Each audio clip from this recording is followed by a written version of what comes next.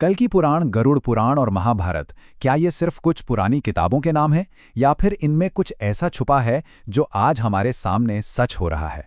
देखिए, आज के इस एक्सप्लेनर में हम कोई आम कहानी डिस्कस नहीं करने वाले हैं। हम इन रहस्यमयी ग्रंथों में छिपी कलयुग के अंत की उस डरावनी लेकिन बिल्कुल सच्ची लगने वाली वार्निंग्स को डिकोड करेंगे। हम समझेंगे कि आखिर इस युग का पतन कैसे होगा और उन डराने वाली भविष्यवाणियों का असली मतलब क्या है। तो चलिए सीधे पॉइंट पर आते हैं। शुरुआत करते हैं इस एक नंबर से, 4,32,000। सुनने में बहुत बड़ा लगता है ना? दरअसल हिंदू शास्त्रों के हिसाब से कलयुग की पूरी उम्र यही है, 4,32,000 साल। अब जरा एक मिनट के लिए सोचिए, महाभारत के युद्ध को खत्म हुए अभी सिर्फ 5,000 साल ही तो बीते हैं। मतलब अभी भी हमारे सामने 4,27,000 साल से ज्यादा का एक बहुत बहुत लंबा और अंधकार से भरा वक्त बाकी है।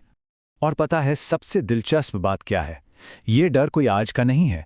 महाभारत का युद्ध जीतने के बाद जब धर्मराज युधिष्ठिर गद्दी पर बैठे तो वो खुश नहीं थे। अंदर ही अंदर उन्हें एक बहुत गहरी बेचैनी खाई जा रही थी। उन्होंने साफ कहा था कि उन्हें हस्तिनापुर के लिए किसी बाहरी दुश्मन से कोई डर नहीं है। उनका असली डर था इंसानियत का गिरता हुआ स्तर, यानी कलयुग का आना। और इसी उलझन को सुलझाने के लिए पांचों पांडव पहुंच गए भगवान श्री कृष्ण के पास। अब श्री कृष्ण तो भविष्य जानते थे, लेकिन उन्होंने कोई सीधा सीधा जवाब नहीं दिया, बल्कि उन्होंने पांडवों को एक मिस्ट्री सॉल्व करने जैसा काम दे दिया। उन्होंने पांचों भाइयों को एक घने जंगल में अलग अलग दिशाओं में भेज दिया। कहा कि जाओ और जो भी अजीबोगरीब चीजें दिखें मुझे आकर बताना। असल में ये एक तरह का टेस्ट था, क्योंकि जंगल में उन्हें जो भी दिखने वाला था वो भविष्य के यानी आज के कलयुग के गहरे रूपक या मेटाफर्स थे। चलिए देखते हैं युधिष्ठिर को क्या दिखा। उन्होंने देखा एक बेहद ताकतवर हाथी जिसके 2 सूंड थे और वो पेड़ों को बड़ी बेरहमी से उखाड़ रहा था। जब युधिष्ठिर ने आकर ये बात श्री कृष्ण को बताई तो उनका जवाब एकदम सटीक था। कृष्ण ने कहा कि कलयुग के नेता और शासक बिल्कुल इसी 2 सूंड वाले हाथी की तरह होंगे। बाहर से वो बड़ी बड़ी बातें करेंगे, धर्म और समाज सेवा का दिखावा करेंगे, लेकिन असल में वो दोनों हाथों से आम जनता को लूटेंगे। पॉलिटिकल हिपोक्रेसी का इससे बेहतर उदाहरण और क्या हो सकता है? इसके बाद अर्जुन की बारी आई। अर्जुन ने एक ऐसा पक्षी देखा जिसके पंखों पर वेदों के पवित्र श्लोक लिखे थे, लेकिन वो पक्षी मांस खा रहा था। है ना एकदम अजीब विरोधाभास? कृष्ण ने इसे डिकोड करते हुए समझाया कि कलयुग में आपको ऐसे ढेरों तथाकथित विद्वान और गुरु मिलेंगे जो बाहर से तो बहुत ज्ञानी और पवित्र दिखेंगे, लेकिन अंदर से लालच से भरे होंगे। वो धर्म और शास्त्रों का इस्तेमाल सिर्फ और सिर्फ अपनी जेबें भरने के लिए करेंगे। अब जो भीम ने देखा वो सीधा हमारे आज के परिवारों पर चोट करता है। भीम ने देखा कि एक गाय अपने बछड़े को प्यार में इतना चाट रही है कि वो बछड़ा लहूलुहान हो जाता है। कृष्ण ने बताया कि कलयुग में माता पिता का ये ओवर प्रोटेक्टिव नेचर, ये अंधा प्यार ही बच्चों का सबसे बड़ा दुश्मन बन जाएगा। माँ बाप बच्चों को इतना लाड करेंगे कि वो कभी खुद से कुछ करना सीख ही नहीं पाएंगे। उनकी ग्रोथ वहीं रुक जाएगी।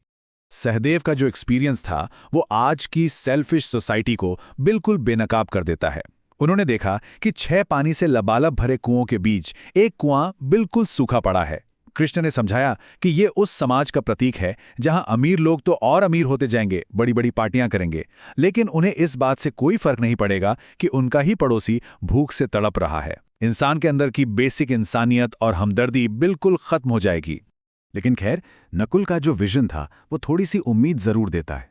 उन्होंने देखा कि पहाड़ से एक बहुत बड़ी चट्टान गिर रही है जो बड़े बड़े पेड़ों को तो कुचल देती है, लेकिन एक छोटे से नाजुक से पौधे से टकराकर रुक जाती है। इसका मतलब क्या है? कृष्ण ने कहा कि कलयुग में जो भारी नैतिक पतन होगा उसे दुनिया की कोई दौलत, कोई सत्ता या पावर नहीं रोक पाएगी। उसे सिर्फ एक ही चीज रोक सकती है, और वो है एक सच्चे और साफ दिल से की गई साधारण सी ईश्वर भक्ति। तो ये सब तो थे मेटाफर्स, रूपक। हमने समझ लिया कि इंसान की सोच और नैतिकता कैसे गिरेगी। लेकिन जरा सोचिए, जब ये पाप और स्वार्थ अपनी एकदम पीक पर होंगे तब ये दुनिया फिजिकली कैसी दिखेगी? मतलब जब ये सारे मेटाफर्स सच में हकीकत में बदल जाएंगे तब मानव सभ्यता का वो आखिरी खौफनाक मंजर कैसा होगा? इस सवाल का जवाब हमें गरुड़ पुराण में मिलता है। भगवान विष्णु ने गरुड़ जी को जो संकेत दिए हैं वो सच में रोंगटे खड़े कर देने वाले हैं। ये सिर्फ मॉरल डिके नहीं है, यहाँ पूरा का पूरा पर्यावरण, इंसानी शरीर और हमारे समाज का स्ट्रक्चर सब कुछ पूरी तरह से कोलैप्स होने वाला है। इसे सुनिए, ये बहुत ही शॉकिंग है। गरुड़ पुराण भविष्यवाणी करता है कि कलयुग के अंत तक आते आते इंसानों का शरीर बिल्कुल जवाब दे जाएगा। खराब लाइफस्टाइल और हद से ज्यादा स्ट्रेस की वजह से इंसान की मैक्सिमम उम्र सिर्फ 20 साल रह जाएगी। जरा सोचिए, 8 या 9 साल की उम्र में लड़कियां बच्चों को जन्म देंगी और 12 साल का होते होते लोगों के बाल सफ़ेद होने लगेंगे, चेहरे पर झुर्रियां आ जाएंगी। फिजिकली और मेंटली इंसान पूरी तरह से जर्जर हो चुका होगा। और सिर्फ शरीर ही नहीं, समाज भी पूरी तरह से बिखर जाएगा। शादी, पूजा पाठ या कोई भी अच्छे संस्कार, लोग इन सबको फालतू समझने लगेंगे। बस भड़कीले कपड़े पहनना, दिखावा करना और मांसाहार खाना, ये ही नॉर्मल हो जाएगा।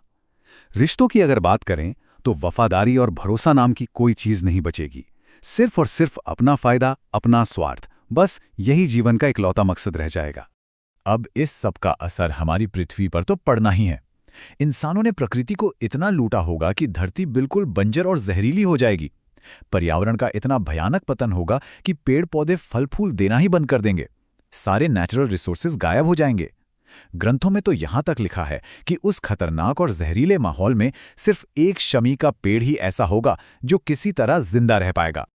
और जब पर्यावरण ही नहीं बचेगा तो खेती कैसे होगी? बारिश आनी बिल्कुल बंद हो जाएगी। जो थोड़ा बहुत अनाज उगेगा भी वो एकदम छोटा और बिना किसी टेस्ट या न्यूट्रिशन का होगा। हर तरफ सिर्फ भुखमरी होगी। गायें तो जैसे खत्म ही हो जाएंगी और इंसानों के पास पीने के लिए अगर कोई लिक्विड बचेगा तो वो सिर्फ बकरी का दूध होगा। हर तरफ बस सर्वाइवल के लिए एक हिंसक लड़ाई चल रही होगी। तो जब शरीर, समाज और प्रकृति तीनों पूरी तरह से अपना दम तोड़ देंगे, तब शुरुआत होगी प्रलय की। क्योंकि देखिए, ब्रह्मांड का एक उसूल है, जब पाप और असंतुलन एक लिमिट क्रॉस कर देते हैं तो सिस्टम को खुद को रीबूट करना ही पड़ता है। इस दुनिया को फिर से शुद्ध करने के लिए उस महाविनाश का आना एकदम तय है। गरुड़ पुराण इस आखिरी प्रलय का पूरा स्टेप बाय स्टेप प्रोसेस बताता है। सबसे पहले आसमान में एक नहीं बल्कि 7 सूरज निकलेंगे। इनकी भयंकर गर्मी धरती का एक एक कतरा पानी सोख लेगी और सबको जलाकर राख कर देगी। इसके तुरंत बाद भगवान विष्णु अपने रुद्र रूप में आएंगे और ऐसे बादल बनाएंगे जो लगातार पूरे 100 सालों तक भयानक बारिश करेंगे। पूरी की पूरी दुनिया पानी में डूब जाएगी और उसी अथाह जल के बाद होगी एक बिल्कुल नई शुरुआत। इन सारे प्राचीन ग्रंथों का जो असली दर्शन है ना, वो यही है। ये भयानक अंत सिर्फ एक दी एंड नहीं है। भगवान विष्णु कहते हैं कि जब सब कुछ पानी में डूब जाएगा तो वो एक नई, एकदम शुद्ध और पवित्र दुनिया के बनने का रास्ता खोलेगा। ये इस पूरे कॉस्मिक साइकिल का हिस्सा है। बैलेंस और सच्चाई को वापस लाने के लिए इस लेवल का डिस्ट्रक्शन जरूरी हो जाता है। तो इस पूरे एक्सप्लेनर के अंत में हमारे सामने एक बहुत बड़ा और गहरा सवाल आके खड़ा हो जाता है। हमने देखा कि अंधाधुंध स्वार्थ पर्यावरण को बर्बाद करना और दिखावे की जिंदगी कैसे पतन की तरफ ले जाती है। आज आप अपने चारों तरफ देखिए, क्या आपको ये सारी चीजें सच होती नहीं दिख रही हैं? अगर इस साइकिल का एंड होना तय है तो आज के हमारे डिसीजंस, नेचर के लिए हमारी रिस्पेक्ट और हमारी सच्चाई ही तो ये तय करेगी ना कि उस आने वाली नई दुनिया में हमारी जगह क्या होगी। जरा सोचिएगा इस बारे में। सत्य की खोज ऐसे ही जारी रखिए।